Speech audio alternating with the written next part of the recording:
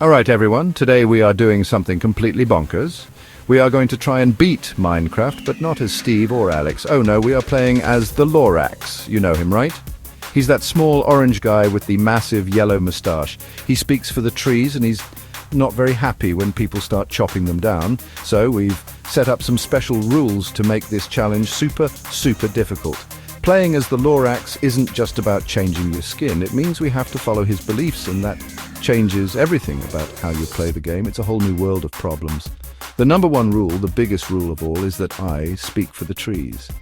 This means if I break a single log or even just a leaf block from a tree, that's it. Game over. I instantly die. No second chances. This is a massive problem because what is the very first thing you do in Minecraft? You punch a tree to get wood. Wood gives you a crafting table, tools, sticks, everything you need to get started. But for us, touching a tree in the wrong way means we have to start all over again. This is going to be incredibly tricky. So, how do we get past this huge obstacle? Normally, you'd be stuck. No wood means no crafting table, and no crafting table means no progress. You can't make a pickaxe to mine stone, you can't make a sword to fight monsters, and you definitely can't make a bed. But for this challenge, we are allowing one tiny cheat. We're going to use a command to give ourselves a single crafting table right at the start. It feels a bit like cheating, I know, but without it, the adventure would be over before it even began. This one crafting table is all we get. This one change completely flips the game on its head. We have to protect this crafting table with our lives. We can't just place it anywhere and leave it. We have to carry it with us, a precious block that we can never ever replace. If a creeper blows it up, that's it, the challenge is probably over. We'll have to find a village to get another one, which is a big if. This single rule makes every decision feel 10 times more important. Our journey as the Lorax has already started with a massive handicap, and believe me, it only gets weirder from here. Okay, so we have our one precious crafting table. But we still have a massive problem. No wood. Think about all the things you make with wood. You need sticks to make tools, torches, and weapons. You need wood planks for building, for making chests, and for so much more. Without the ability to just go and punch a tree, we are in serious trouble. We have to get creative and find other ways to get the materials we need to survive the night. Mobs are still going to spawn, and a zombie doesn't care if you're the Lorax or not. It just wants to eat your brains. Our first mission is to find a way to get sticks without breaking any trees. Luckily, there are a couple of ways. Sometimes you can find sticks inside bonus chests if you're lucky enough to start with one. Another way is by breaking dead bushes you find in deserts or badlands biomes. They drop a few sticks when you break them, and since they're already dead, the Lorax doesn't mind. So, our first priority is to find a desert. It's a long journey, full of dangers, but it's our only real shot at crafting our first set of stone tools. This is already so much harder than a normal playthrough. What about building a shelter? Normally, I'd build a little wooden hut to keep me safe on the first night, but we can't do that. So, what's the plan? Dirt, it's time to become a mole man or a mole Lorax. We have to dig a hole straight into the side of a hill, or even just dig down into the ground and cover the top. It's not glamorous, but it will keep the spiders and skeletons away. Our first base is literally going to be a mud hut. It's a humble beginning for the guardian of the forest who has to live underground because he can't touch his own home. So the plan is set. We have to find a desert for sticks, dig a hole for a home, and somehow find enough resources to make armor and weapons.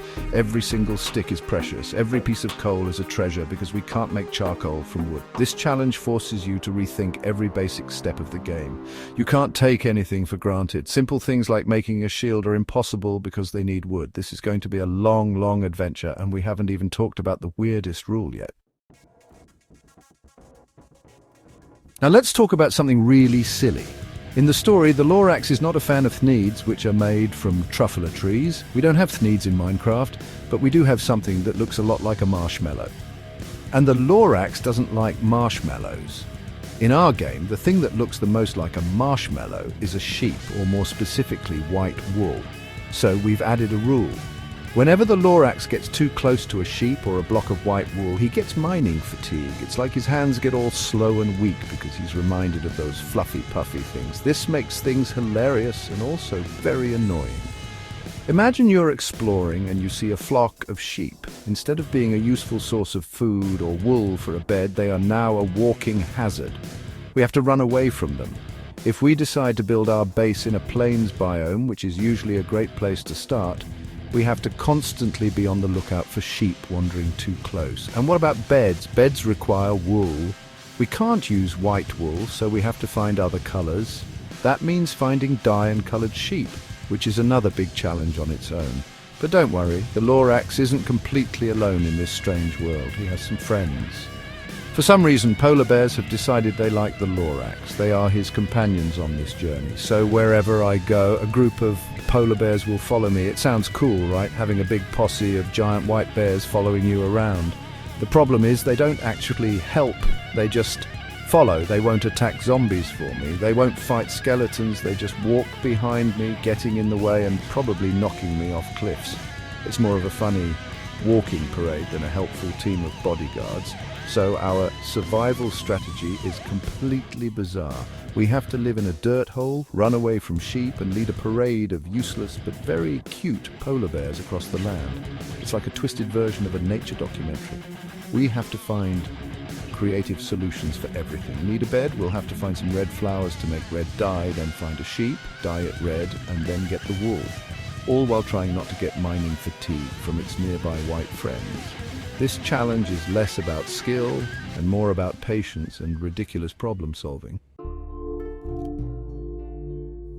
So after all these crazy rules and challenges, we come to the final question. Can you actually beat Minecraft as the Lorax?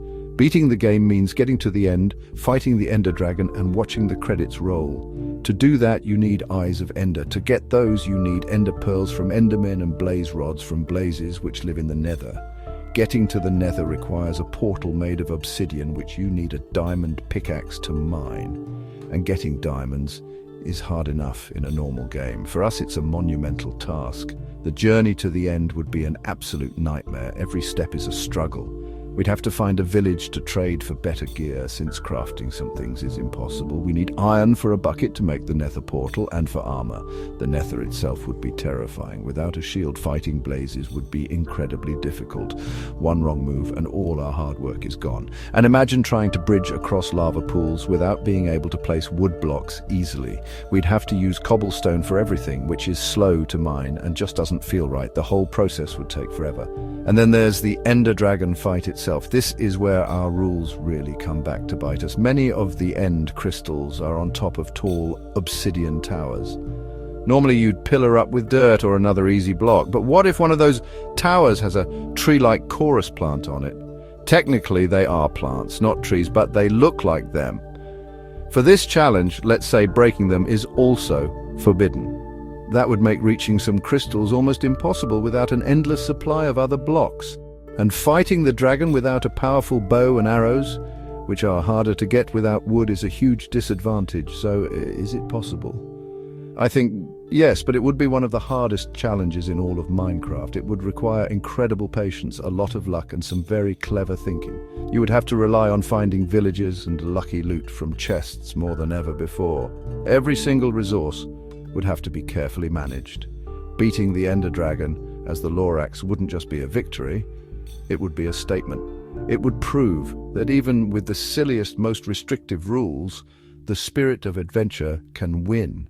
But wow, it would be tough. I'm not sure my polar bear friends would be much help.